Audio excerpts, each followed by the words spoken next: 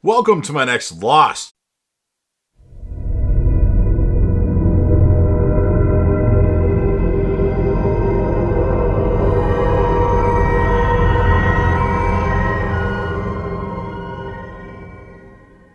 Season 3 episode review video. Before I get into that though, pretty important, if you aren't caught up to the point where I am at rewatching or watching Lost, or you're just not entirely sure, then you definitely need to take the initiative and pay attention to the episode's title, which of course I'll mention as well as put in the description. If that happens to be the case, if you're not caught up, it would be my recommendation that you don't watch this detailed review any further to avoid any potential spoilers. And full disclosure, I've already seen Lost 3 times. It's one of my favorite shows of all time. Wanted to rewatch the show to let it resonate, but I'm not the only one that's watching Lost right now. The legendary Crazy Coffee Man, who you see in my comment section for videos of Dexter, Breaking Bad, and Lucifer, is actually watching Lost for the very first time. So, join us on the journey and let's discuss this awesome and amazing show. No spoilers past this episode. With all that said, this will be Lost, Season 3, Episode 8. The title of this episode is called Flashes Before Your Eyes. And this will be my review reaction recap after just finishing watching the episode. So we start with Desmond. He finds Hurley and Charlie, and they're ransacking through Sawyer's stash, and he brings them to the jungle to meet up with Saeed and John Locke. And Locke tells Hurley and Charlie that Mr. Echo is dead, and that they need to act unafraid to keep panic at the camp at a minimum. And Desmond begins to act increasingly nervous and suddenly runs away from the group toward the beach during the conversation. Desmond throws his shirt off and dives into the ocean, where Claire is actually drowning. Desmond does save Claire as he resuscitates her on the beach, while Charlie stands on the side trying to help and see if Claire is okay. And then after that, Charlie wants to know how Desmond knew Claire was drowning, and Hurley says, "He sees the future, dude." Claire checks in with Desmond later. Charlie hatches a plan with Hurley to get him drunk so they can get him to talk. Charlie and Hurley go to Desmond, and Charlie thanks him for his actions from earlier. Desmond refuses to get drunk with them until he sees they are offering McCutcheon Scotch whiskey. They all get drunk, and Charlie then makes his move, asking him how he knew about Claire. But Desmond says he could hear her calling for help, and Charlie questions that, and then Desmond walks away to avoid the question. And then Charlie calls after him, saying that he is a coward. Desmond returns the insult by slamming Charlie to the ground and trying to strangle him.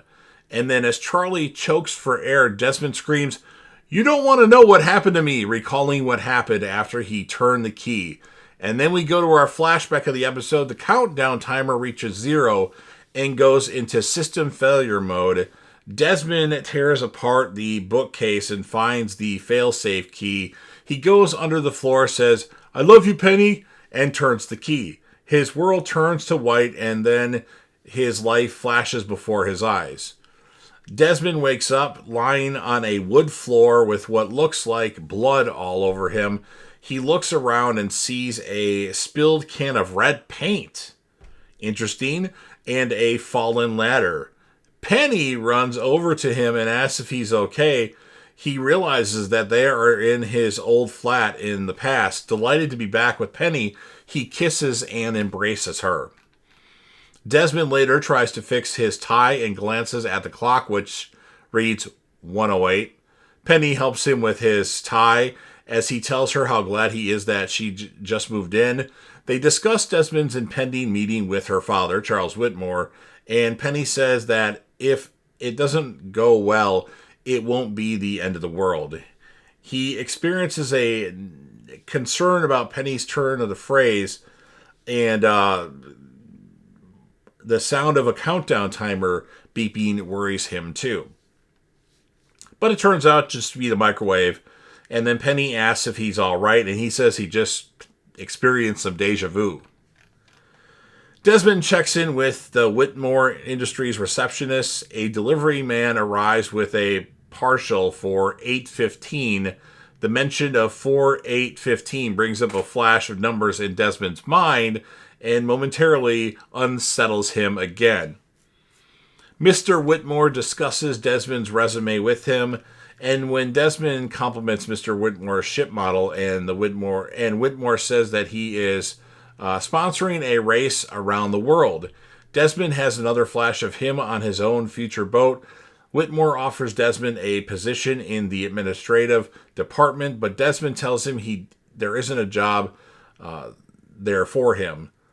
Instead, he wants to ask his permission to marry Penny. So Charles Whitmore thought that he wanted a job at Whitmore Industries, and Desmond just wants his blessing to marry his daughter Penny.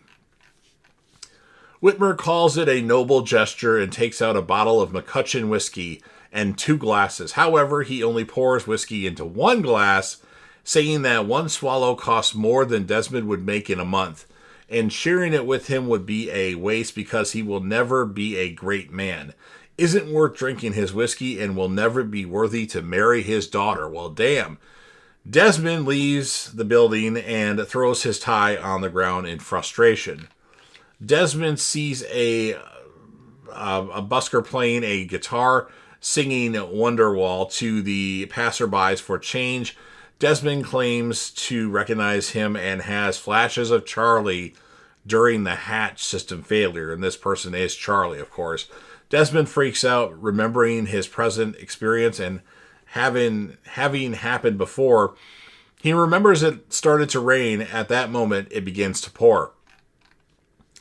Desmond goes to a research library and finds his friend Donovan, a physicist, to ask him about the concept of time travel. And then at a pub, Desmond questions if it's possible that he's reliving parts of his life, but Donovan suggests his mind is just reacting to his failure with Whitmore by giving himself a role of importance on an imaginary island.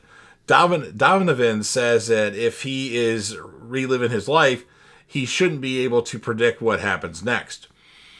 Desmond says he can't remember everything, but then the song Make Your Own Kind of Music comes on the jukebox, and we heard that in a previous season, and he gets another flash. Looking up at the soccer game on the pub's television, he says that the team comes back from 2 goals down in the final 2 minutes of the game to win, and then Jimmy Lennon will come in and hit the bartender with a cricket bat. They watch the game, but the team doesn't score and Jimmy doesn't arrive. Desmond, disappointed, accepts Donovan's advice to get on with his life and marry Penny. Desmond comes home and tells Penny he didn't get the job. To console him, she suggests that they go out and celebrate the occasion. He solemnly asks why she loves him, and she replies that it's because he's a good man. And in her experience, good men are hard to come by, and then they kiss. The next day, Desmond looks at a diamond rings in an antique shop. Mrs. Hawking, the shopkeeper, helps him when he explains he is not a man of means. She suggests a beautifully simple ring in his price range. He says he'll take the ring. He is taken aback when he is taken aback when she says, "No, you won't," and tells Desmond that he isn't supposed to take the ring because he doesn't buy the ring so that he can go in the yacht race and, as fate requires, end up on the island for 3 years, pressing the button and eventually turning the failsafe key. She also states that if you don't do those things, Desmond David Hume, every single one of us is dead. Eloise Hawkins demands the ring back. And then Eloise Hawking decides that Desmond needs persuasion and brings him outside and buys chestnuts from a street vendor and points out a man wearing red shoes. Desmond theorizes that she is really his subconscious, but she only smiles. Desmond says he is determined to marry Penny, but Mrs. Hawking says he won't marry Penny. Suddenly, a scaffolding falls on the man wearing red shoes, and Desmond accuses Mrs. Hawking of knowing what would happen, asking why she didn't try to stop it. She says it was the man's fate to die and that no one can change their fate. If she'd warned him, he would have died anyway from something else. If someone tries to forestall fate, the universe will course correct. and find another way to lead back to the prescribed path. Desmond refuses to concede that he is a slave to the universe and takes the ring anyway. She tells Desmond he doesn't choose to go to the island, but he's supposed to. Pushing the button is truly the good thing he'll ever do. Desmond goes to meet Penny, but is unsettled by a Royal Scots recruitment poster, which promises to make you the man you can be proud of. He meets Penny near Westminster Bridge and then is propositioned by a photographer. Penny convinces him to have their photo taken together. They change the pull-down background scene until they find one Penny likes, and he takes off his coat. The photo is the same one that Desmond has on the island.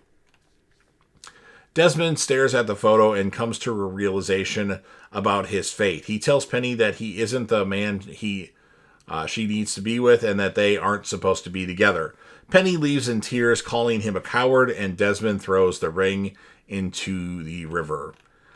Desmond is back at the pub and spots the McCutcheon Scotch whiskey, but goes for the cheap stuff instead. He tells the bartender he thinks he made the biggest mistake of his life and that he thinks he's made it before. And then Make Your Own Kind of Music starts playing on the jukebox again. And Desmond sees another football telecast, but this time the team makes the goal. Excited that his vision of the future was correct and that he had just remembered the wrong night, he decides that he might have a chance to change his fate after all. Cricket bat brandishing Jimmy Lennon's then storms into the bar to beat up the bartender and swings the bat at the bartender, and then Desmond yells for him to duck, which he does just in time, but the bat hits Desmond instead. Desmond's world fades to white. He then wakes up naked in the jungle with injuries all over. He is on the island just after the hatch implosion, but also still hurting from where he was just hit with the bat. He runs to where the hatch was and is dismayed to see the hole in the ground. Among the debris, he finds his photo. He cries and pleads to be given another chance to change the past. And then we go back to present time again. Hurley pulls Desmond off of Charlie.